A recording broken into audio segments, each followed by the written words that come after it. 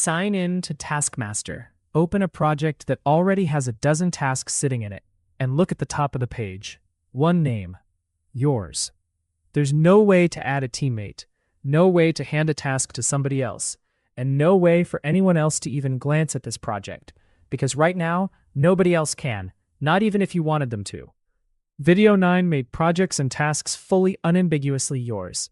That was the right first step, but it's also the whole problem. Yours and ours are two different data models, and Taskmaster has only ever built the first one. That's the gap we close today. We're adding real collaboration, a project member model that lets more than one person belong to a project. 3 roles, owner, editor, and viewer, that decide what each of those people is actually allowed to do.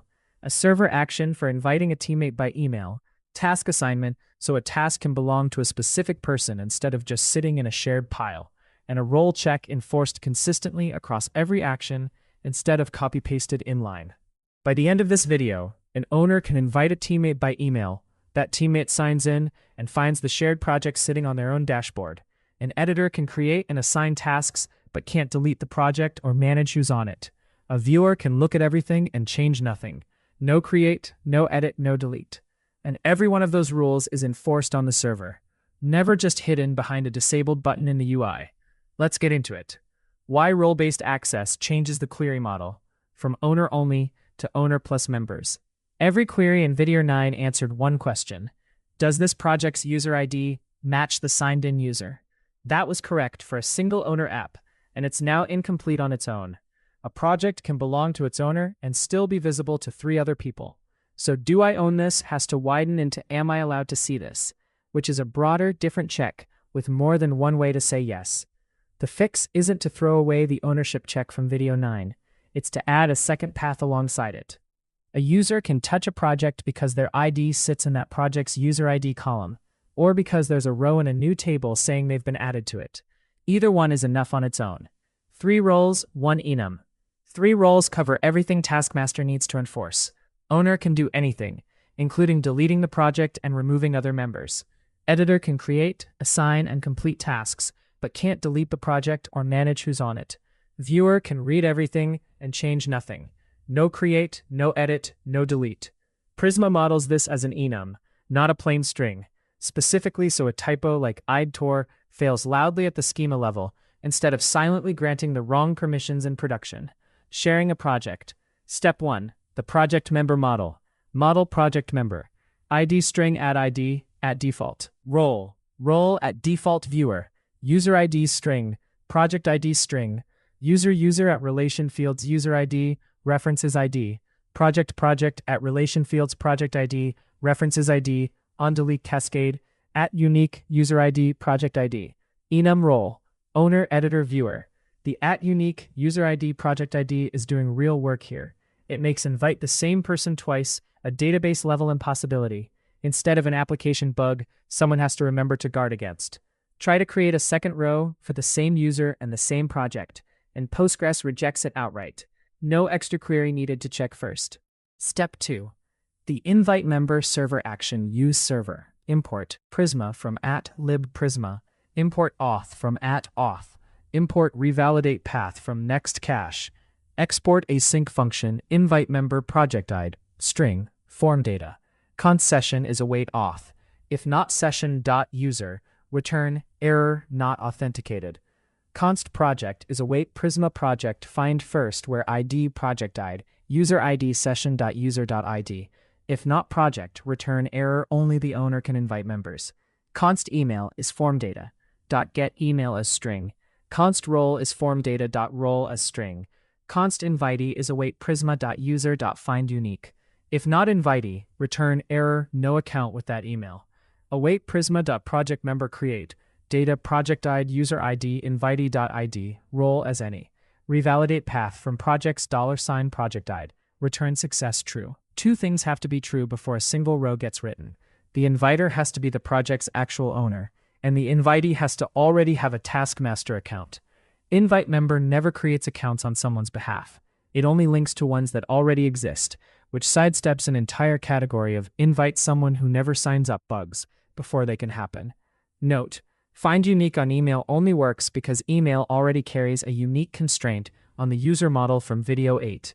The registration flows duplicate check and this lookup are leaning on the exact same guarantee. Enforcing roles on every action. Step 1. A reusable requireRole helper. Repeating check if I'm allowed to do this inline inside every server action is exactly the kind of copy-paste video 8 avoided by moving authentication into middleware. Permissions get the same treatment. One helper, one place to get it right. /libpermissions.ts. Import Prisma from @libprisma. Const rank is viewer 0, editor 1, owner 2 as const. Export async function requireRole user ID string, project ID string, minRole koff typeoff rank. Const project is await prisma.project.findUnique, where ID project ID. If project.userid is user ID, return true. Const member is await prisma.project_member findUnique, where user ID project ID. If not member, return false. Return rank member role, lesser rank min role. Rank turns 3 roles into a simple ordering instead of a pile of if-else checks. Does this role meet the bar? Becomes one comparison. Add a 4th role later and it's one new line in rank, not a rewrite of every call site that checks permissions. Step 2. Wiring it into task actions. Export async function create task, project ID string, form data. Const session is await auth. If not session.user return error not authenticated. Const allowed is await requireRole session.user.id project ID.